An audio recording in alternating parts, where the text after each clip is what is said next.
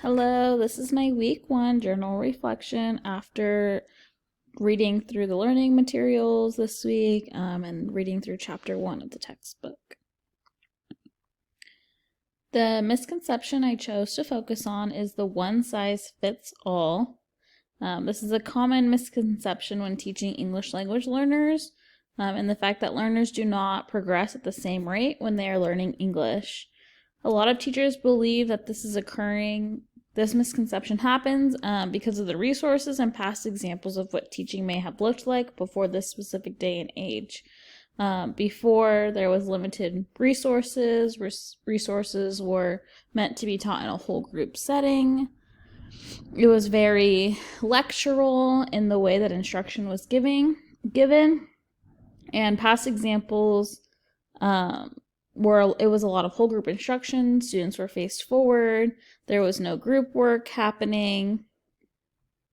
Prior to actively teaching students that are English language learner, I was aware that differentiation and the encouragement and reasoning to use it. However, I didn't believe that every task would need to be differentiated or what the true reason behind differentiation and how that can be so beneficial.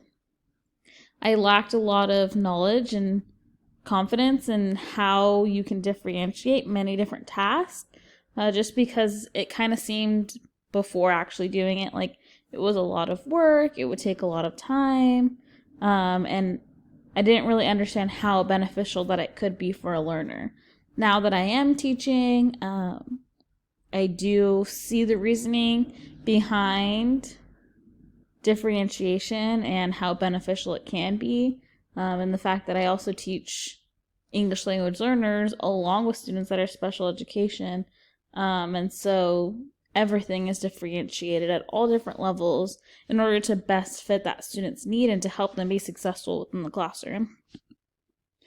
In order to reverse thinking this way, for teachers that may still have that misconception that one size fits all, a lot of exposure to a classroom that doesn't demonstrate using a one size fits all method when teaching, being able to practice themselves, differentiating different activities, teaching in a small group, providing teachers access to resources that can help them plan for differentiated instruction that can help alleviate some of that time-consuming conception that there is towards planning for multiple different levels within the classroom, and really providing almost every group that you have a completely different instruction, although it may be on the same topic or theme. It can also help to view a sample lesson or connect with another teacher that's in the same situation so that you can talk it out.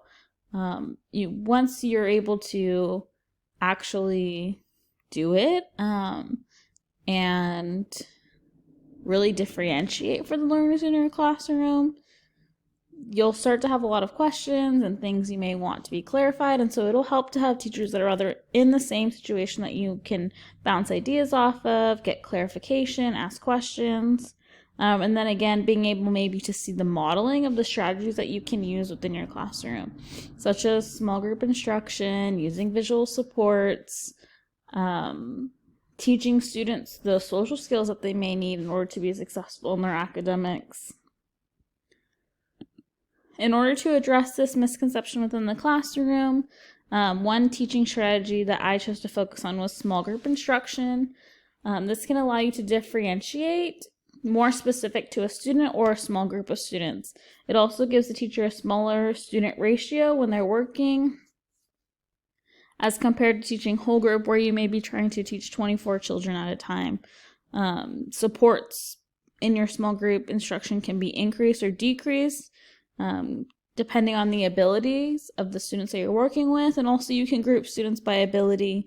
You can group students by their prior knowledge, by the cultural background they come from. There's multiple different ways that you can group a student that will help to really give them access to the instruction that you're trying to teach them, and really give them a better chance to be successful. Students also may learn independent skills when teaching in a small group instruction, because when they're not working one-on-one with the teacher, they're having to be responsible for their own learning, doing the other activities that you have planned for them. They also learn to keep a schedule and time by having to rotate between the different stations or centers that you have set up, ensuring that they have their materials ready. And really that process to just moving within the classroom can be difficult for some. And so really getting the chance to move around, interact with the environment that they're learning in can be really beneficial to a student that's an English language learner, and really helping them acclimate to the classroom setting and being taught English.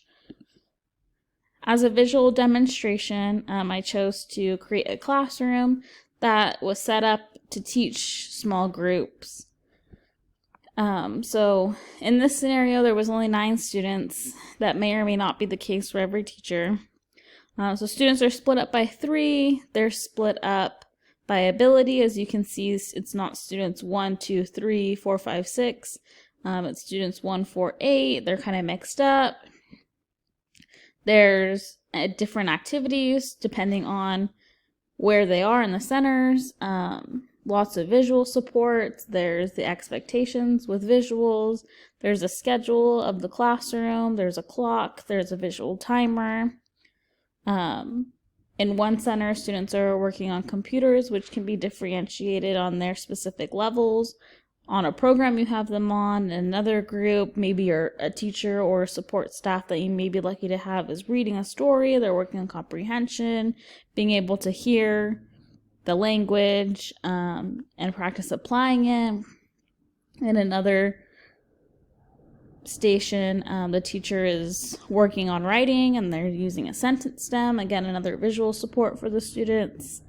So this was kind of how I interpreted using the strategy of a small group instruction, and really applying what I read about this misconception in the textbook about students learning at different rates, having different prior knowledge backgrounds, different cultures that they come from, all of those different varying factors, which really helps drive instruction in being differentiated. It really becomes that background, that backbone as to the reasoning of why teachers should differentiate for students that are English language learners or just students in general, and how beneficial it can be to the success of the learner.